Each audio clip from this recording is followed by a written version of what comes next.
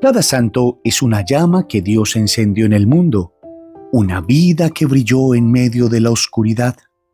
Aquí escucharás sus historias, reales, profundas, transformadoras. Historia de amor, de cruz, de fe inquebrantable. Historias que no solo se narran, se viven. Bienvenidos a Vidas que Arden, el lugar donde los santos te hablan y Dios te llama. Hermanos, hoy en Vidas que Arden, encendemos el corazón con la vida de una mujer pequeña de estatura, pero inmensa en santidad. Una mujer que con un hábito blanco y azul caminó por las calles más oscuras del mundo y encendió la luz de Cristo entre los pobres más pobres. Su nombre fue Agnes Gonza Bojaciu, pero el mundo la conocerá como Madre Teresa de Calcuta, santa de los últimos tiempos, testigo ardiente de la misericordia. Hoy recorreremos su vida desde su infancia hasta su glorificación en los altares. Agnes nació el 26 de agosto de 1910 en Skopje, actual Macedonia del Norte, en el seno de una familia albanesa profundamente católica. Era la menor de 3 hijos. Desde su infancia experimentó la fe como herencia viva de su madre, mujer piadosa que enseñaba a sus hijos a amar a Dios en los pobres. La casa de los Bojaciu no era grande, pero era un hogar encendido por la fe. Su madre solía repetirle: «Hija mía, nunca des a nadie solo lo que te sobra. Da siempre de lo que necesitas y hazlo con amor». Esas palabras fueron semilla de lo que después ardería en su corazón. La muerte de su padre, cuando Agnes tenía solo 8 años, dejó a la familia en una situación difícil. Sin embargo, fue en esa fragilidad donde Agnes aprendió a confiar más en Dios y en la fuerza del servicio. Desde niña participaba en la parroquia del Sagrado Corazón, cantaba en el coro, aprendía catequesis y allí sintió por primera vez el llamado a la vida consagrada. A los 12 años, Agnes sintió con fuerza el deseo de entregar su vida a Dios. Le conmovía la vida de los santos, de los misioneros jesuitas en Bengala, cuyas historias escuchaba en su parroquia. La idea de llevar a Cristo a tierras lejanas encendía su imaginación. En 1928, con apenas 18 años, tomó la decisión radical. Dejó su hogar, su madre, sus hermanos, para ingresar a las Hermanas de Loreto, en Irlanda. Allí recibió el nombre de Hermana Teresa, en honor a Santa Teresa de Lisieux, la pequeña flor del Carmelo. Fue una despedida dolorosa. Su madre entre lágrimas le dijo: «Pon tu mano en la de Cristo y camina con Él». Esa frase sería el compás de toda su vida. En Irlanda aprendió inglés y recibió la formación inicial, pues las Hermanas de Loreto tenían misiones en la India. Ya en su corazón ardía la certeza de que Dios la llamaba a una entrega total en esas tierras. En 1929, la joven hermana Teresa viajó a la India.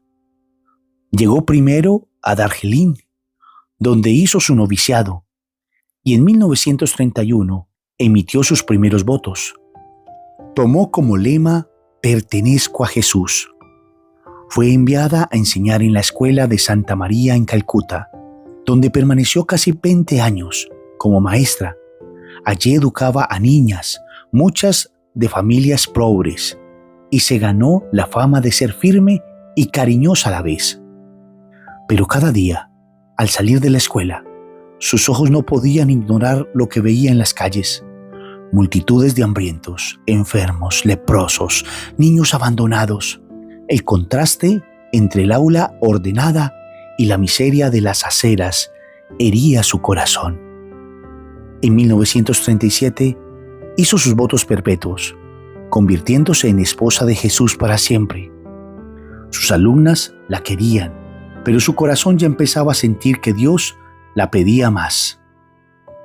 No solo educar a las niñas, sino salir a abrazar a los pobres más pobres. El 10 de septiembre de 1946, mientras viajaba en el tren hacia Darjeeling para un retiro, la Madre Teresa tuvo una experiencia decisiva. Escuchó en lo profundo de su alma lo que después llamaría el llamado dentro del llamado. Sintió que Jesús le pedía dejar el convento de Loreto para ir a vivir entre los más pobres de los pobres. Escuchó interiormente palabras como estas: tengo sed. No era solo sed física, sino sed de almas, sed de amor, sed de que alguien lo llevara a los olvidados. Ese día marcó un antes y un después. Regresó transformada. Ya no podía ser solo maestra, debía salir a las calles. Pidió permiso a sus superiores y al Papa para dejar la congregación y fundar una nueva obra. No fue fácil. Muchos dudaban, algunos se resistían, pero Teresa estaba segura. Cristo la llamaba a encender una nueva llama en el mundo. Después del llamado, dentro del llamado, en 1946, la hermana Teresa buscó con paciencia y fe la aprobación para comenzar una nueva misión. Tras largos trámites, en 1948, recibió finalmente el permiso de Roma para salir del convento de Loreto y vivir entre los pobres. Ese mismo año, vestida ya con el hábito blanco con borde azul, que se convertiría en su hábito, salió sola a las calles de Calcuta. Allí comenzó su obra, recogiendo a los moribundos de las aceras, cuidando a los enfermos, enseñando a los niños analfabetos bajo los árboles. Al principio estaba sola, con una pequeña mesa y algunos utensilios, pero poco a poco jóvenes la fueron siguiendo. Así nació en 1950 la Congregación de las Misioneras de la Caridad, aprobada por la Iglesia con la misión de servir a los más pobres de los pobres. El carisma era claro: saciar la sed de Cristo en los pobres. Y lo hacían con 4 votos: pobreza, castidad, obediencia, y un cuarto voto especial: servir gratuita y amorosamente a los más pobres.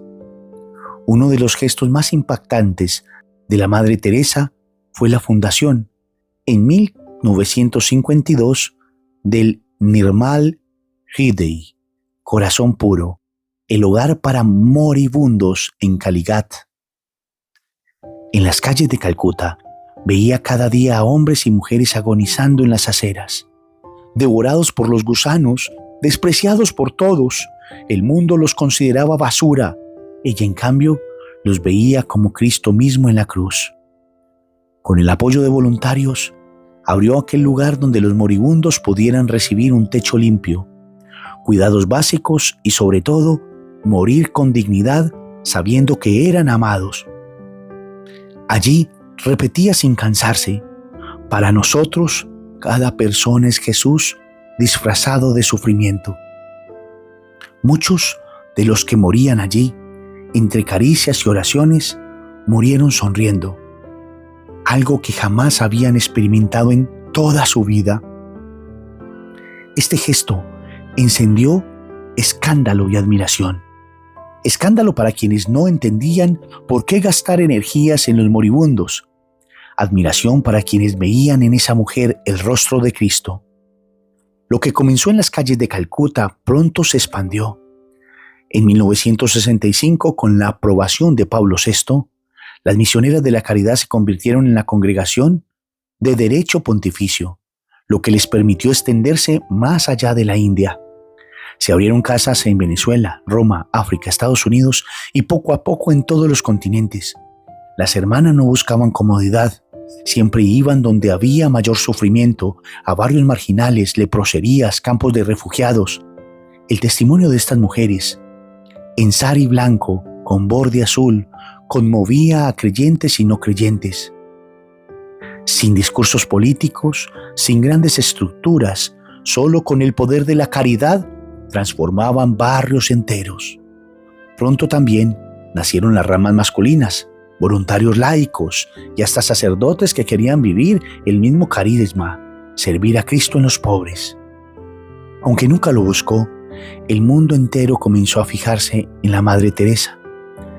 En 1979 recibió el Premio Nobel de la Paz, pero lo aceptó no para sí misma, sino para los pobres más pobres.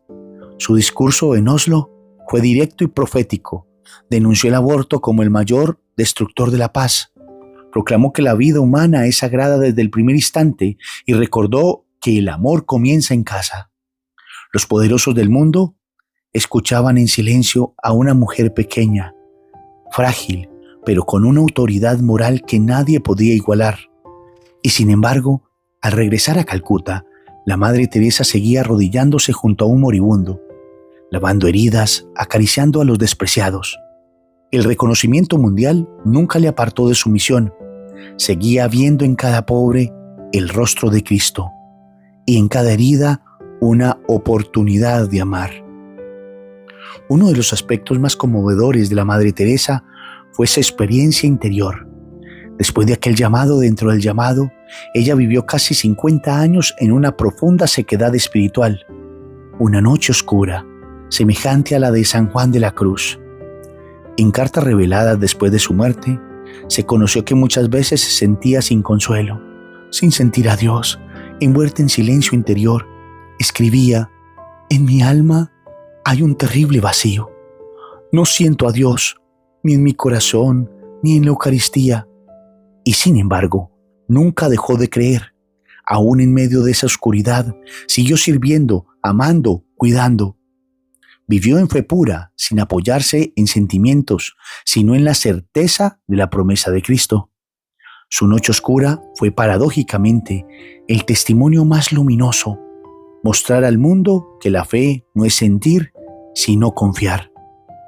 La Madre Teresa no se encerró en su misión, se convirtió en voz de los sin voz ante los poderosos de la tierra. En 1985 fue invitada a hablar en la Asamblea General de las Naciones Unidas. Allí, con voz suave, pero firme, dijo: «El mayor destructor de la paz es el aborto». Ante jefes de Estado y embajadores, proclamó la verdad del Evangelio de la vida. Fue escuchada con respeto, incluso por quienes no compartían su fe. Su autoridad no venía de un cargo político, sino de su vida entregada. Era una mujer pequeña, sin ejército, sin riquezas, pero el mundo entero callaba para oírla. En cada discurso recordaba que el amor empieza en casa, que el peor enemigo no es la pobreza material, sino el desprecio de un ser humano, y que Cristo sigue teniendo sed en los pobres de hoy. Con el paso de los años, el cuerpo de Teresa fue debilitándose. Enfermedades del corazón y los pulmones la hicieron frágil. Varias veces debió ser hospitalizada, incluso en Roma. En 1997, con casi 87 años, renunció al gobierno de las Misioneras de la Caridad. El Papa Juan Pablo II fue uno de los que más la acompañó en sus últimos días, reconociendo en ella un testimonio vivo del Evangelio. Murió el 5 de septiembre de 1997, en Calcuta. Ese día, el mundo entero lloró a la mujer que había hecho de su vida un himno de amor a Cristo en los pobres. En la India, país mayoritariamente hindú, fue despedida con honores de Estado. El Papa Juan Pablo II, que tanto la admiraba, la beatificó el 19 de octubre del 2003. El Papa Francisco la canonizó el 4 de septiembre de 2016, declarando al mundo que esta mujer pequeña es un modelo eterno de santidad. Hoy las misioneras de la caridad están presentes en más de 130 países, con miles de hermanas y voluntarios que continúan recogiendo moribundos, cuidando enfermos, alimentando hambrientos, amando sin medida. El legado de Santa Teresa es claro: amar hasta que duela. Ella encarnó las palabras de Cristo: tuve hambre y me diste de comer, tuve sed y me diste de beber, estuve desnudo y me vestiste. Su vida sigue siendo un desafío para los creyentes y para el mundo. ¿Qué hacemos nosotros con el pobre que está en la puerta? ¿Qué hacemos nosotros con las almas que se pierden? Hay muchas almas que están gritando, tengo sed, tengo sed. Jesús grita, tengo sed de almas, y las almas gritan, tengo sed de alguien que me presente a Cristo. Que Dios nos conceda la gracia de tener el fuego de la caridad, de esta mujer que encendió el fuego en el mundo. Te pedimos, Señor, que siempre tengamos sed de ti, porque sabemos que tú tienes sed de nuestras almas. Te pido que en este programa pongas en los comentarios qué fue lo que más te tocó de este especial, un poquito más larguito que las vidas normales, pero valía la pena. Pon en los comentarios qué fue lo que más te tocó de la vida de Santa Teresa de Calcuta. Oremos. Señor Jesús, te damos gracias por la vida de Santa Teresa de Calcuta, que en los pobres más pobres te reconoció a ti. Concédenos un corazón encendido de amor, unas manos dispuestas a servir y la valentía de amar hasta que duela, que como ella sepamos saciar tu sed con nuestra entrega total. Amén. Gracias por escuchar este programa de Vidas que Arden. Si tocó tu corazón, compártelo, porque los corazones que arden encienden otros corazones. Recuerda, suscríbete si no lo has hecho, suscríbete. Dale a la campanita para que estas vidas te lleguen todos los días. Dale like y coloca muchos comentarios.